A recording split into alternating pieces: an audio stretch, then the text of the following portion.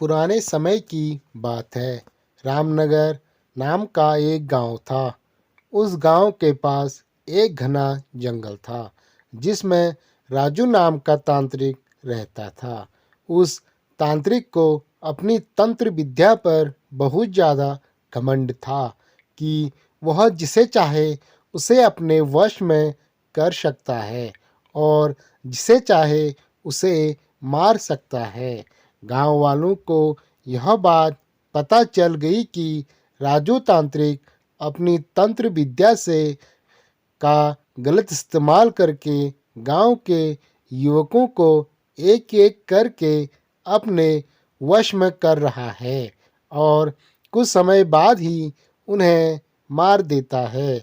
एक दिन रात के समय में गांव के लोगों ने एक टोली बनाई और उस तांत्रिक को मारने के लिए उसके घर की ओर चल दिए।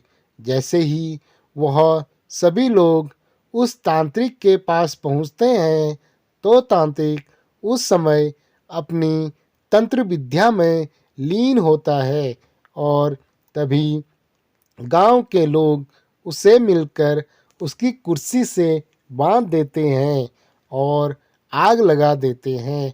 वह तांत्रिक वहां उस कुर्सी पर तड़प तड़प के मर जाता है।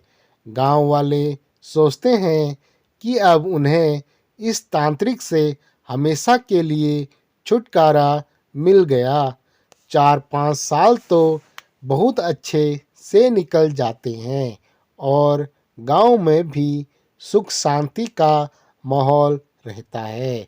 तभी वहाँ शहर से 4 लड़के आते हैं और वह सोचते हैं कि क्यों ना आज रात जंगल में बिताई जाए। लड़के घूमते घूमते उस तांत्रिक के इलाके तक पहुंच जाते हैं।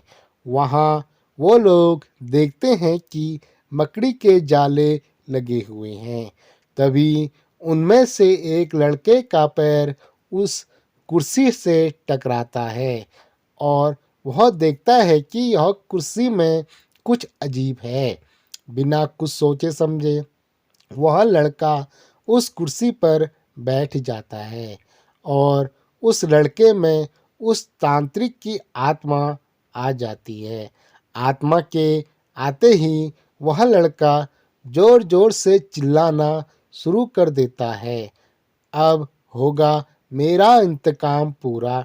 अब मैं इस पूरे गांव को जलाकर नष्ट कर दूंगा। बाकी के 3 लड़के इस दृश्य को देखते हैं और वापस गांव की ओर भागते हैं और गांव के सरपंच को यह सारी बात बताते हैं।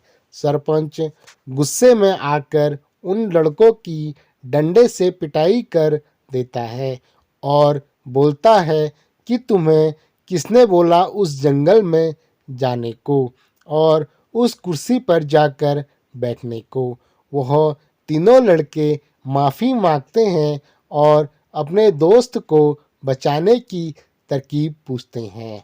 सरपंच बताता है कि अगर वह लड़का उस कुर्सी पर से उठ जाए और उस कुर्सी में तुम लोग किसी तरह से आग लगा दो तो शायद तुम्हारा दोस्त उस तांत्रिक की आत्मा के चुंगल से बाहर आ जाए। इतनी ही देर में वह लड़का तांत्रिक की कुर्सी के साथ उड़ता हुआ उसी गांव में आ जाता है।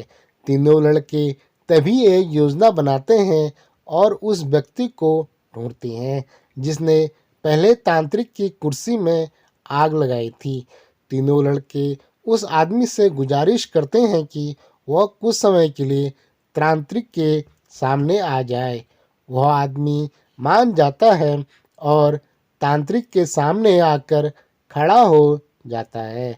जैसे ही तांत्रिक की आत्मा उस आदमी को देखती है वह कुर्सी से उतर जाती है और मौका मिलते ही तीनों लड़के उस कुर्सी पर मिट्टी का तेल डालते हैं और आग लगा देते हैं जिससे उनके दोस्त की जान बच जाती है और गांव के लोगों को भी उस तांत्रिक की आत्मा से हमेशा के लिए छुटकारा मिल जाता है।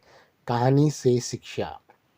दोस्तों, हमें अपनी विद्या का सही उपयोग करना चाहिए। कोई भी काम ऐसा नहीं करना चाहिए जिससे दूसरों को हानि हो। अगर कहानी पसंद आए तो लाइक करिए।